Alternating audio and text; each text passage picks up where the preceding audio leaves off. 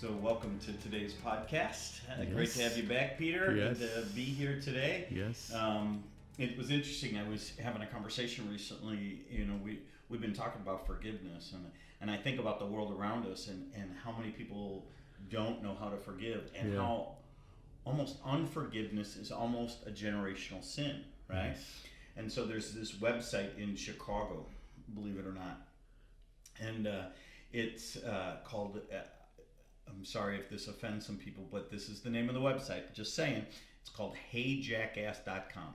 Now, on this website, they literally list the number of people in Chicago who are shot and wounded every week, every month, every year, 20-year trends, and all this data is collected and put into this thing. So, year to date in Chicago, just 589 people have been killed by a gunshot or a stabbing wound in the city of Chicago. How many? 589 people. Now, people who've been shot and wounded, this is in addition to those who've been killed, 2,851. Say that number again. I just can't believe that. 2,851. In 1 year. In 1 year. This is just year to date, so this isn't even the full year yet. Total shot and wounded this year, this is 2021 in Chicago, just Chicago proper, 3,440 people have been killed in the city of Chicago, and we're only, 9 months in? Wow, Bob, that is... In the city of Chicago right now, a person is shot every minute and 51 seconds. Oh, Bob, that is... Please say that again, because I think it's so important. A person is shot every minute and 51 seconds in the city of Chicago. Wow. A person is murdered every 10 minutes and 17 seconds in the city of Chicago. Now, this website is interesting because it's got all the neighborhoods, and the same neighborhoods are always in the top Yes. 10, and I just sit back and I just look at these numbers, and I just literally, it takes me this year, if the trend continues, will be the top year in the last 10 years. Wow. But last year was, at this date, was 606 people killed. And we are already now... Over that, 628. Yeah. And then year before, 406, 446, 540, 581. That's the last 5 years in the city of Chicago. You talk about generational sin, and why does somebody kill somebody? Well, there's all kinds of reasons, but a lot of times it's unforgiveness. Yes. Right? How do we... we've been talking a lot about forgiveness and personal stuff. But And life of freedom. We're really talking about freedom, and I'm amazed when you read this, the stats from the site. I hope that you can go and see on this site what was mentioned. For me, it is like you're living in one of the greatest nations that fought for freedom, and we offer the freedom, not only for this nation, but for the rest of the world. Am I okay in saying that? Right. We want people to be free, and yet our own city, our own neighborhoods are not free, and then our families are not free. Life of freedom we talked about, as Bob said, we earlier talked about the inside of our lives, forgiveness, grudge, frustration, and all these things we talked about. But now we're seeing who will be responsible for the transformation of this nation, right? That's the crux of the matter for us. And we live in, we're just 25, 30 miles away from all these things that are happening. Yeah. And it's scary stuff, isn't it? So the life of freedom, even though we have a banner song and we celebrate, yet in some places, people just don't have freedom. I think people are afraid to walk out in those neighborhoods sometimes. Well, and it's so amazing, isn't it? Right? We talk about freedom in the United States, and Yes. we want freedom for the rest of the world. And Correct. We want all this freedom, and yet in our own city, Yes. people are trapped Yes. into something that they want to get free of. Right? Yes. Who wouldn't want to get out of that neighborhood? Who wouldn't want to free themselves from all of the carnage that's happening right out down the block, right? Correct. So Where should we go with this? Yeah, the question comes to us, who is responsible? And when we say that word, who is responsible, we always look to DC as a place that transformation begins. Yeah, we both know You know, government doesn't. doesn't do that. We all know that it doesn't do that. So what we are encouraging is to understand that freedom really begins with us inside and helping others to also have that freedom. I think those are the issues like that. We're talking about as true freedom, life of freedom. And I think that we need to look in our own lives, which we did the last few segments. Now we're saying, how do we transform that outside to our neighborhood, for our family, for our friends?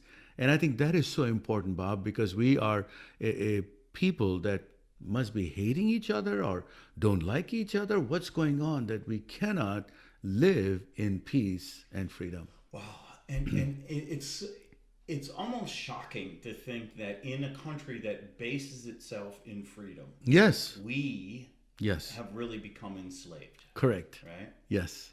Oh, In a big way. right. In a really big way. So, how do we find that free? How do we help?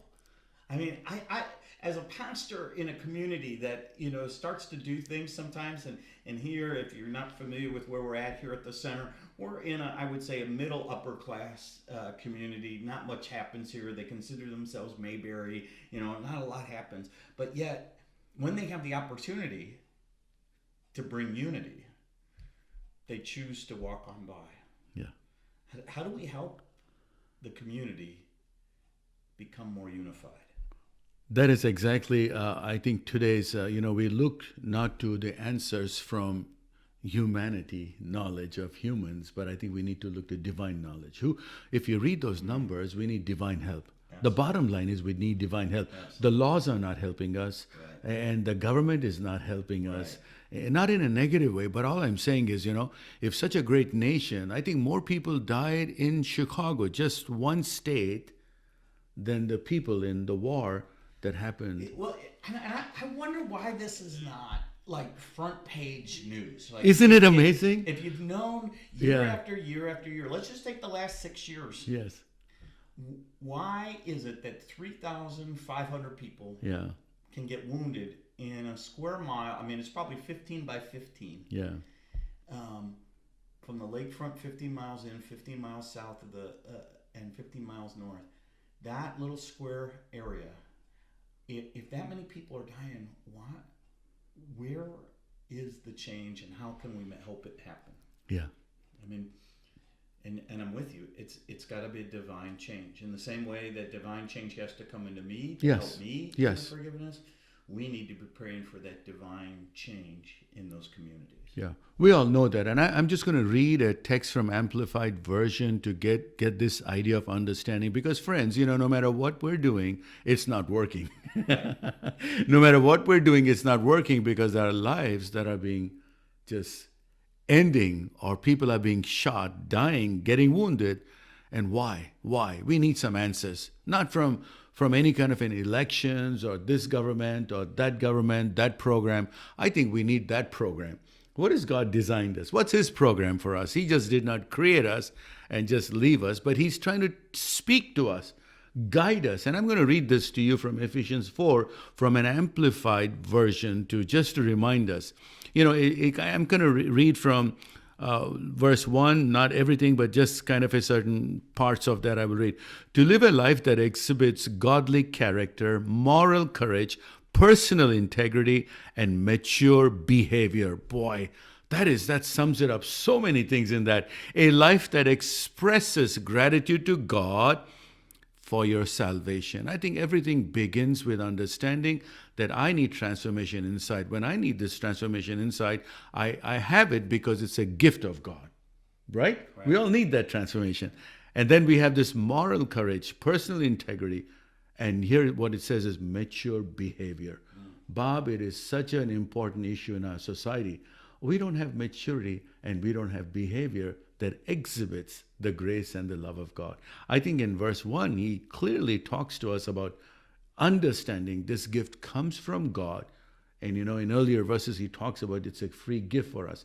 I think when you have the grace of God inside your life, your moral courage rises up, your personal integrity rises up, right? You come to a different standards, and I think your mature behavior comes into play. This is a beautiful piece for us to understand. The change for community, the change for society begins from me.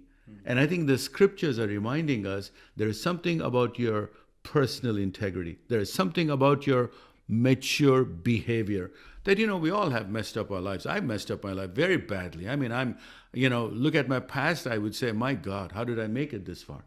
Right in the city of Chicago.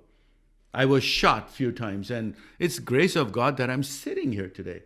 And so there is maturity did not come to me because I went to some college, but maturity came to me by the grace of God. And I think that we should carry on outside of our sphere of influence. Just me. Well, I'm completely with you. We've got to figure out a way, right? Because church after church in the city of Chicago, good friends who are in those areas pray for the revival. Oh, yes, yes. But really the word revival is the bringing in of the love of God into the community in a new and a fresh way. I think that's where we're going here. So I think it's really important for us to expand on this topic. And I think we need to talk, yes. Yeah, I think we'll continue this conversation next week. Yes. And so for those who are tuning in, we'd hope you continue to tune in to this Forge Chicago YouTube channel. Or you can also catch us directly if you go to the communitycenter.life, or if you go to Peter's website as well.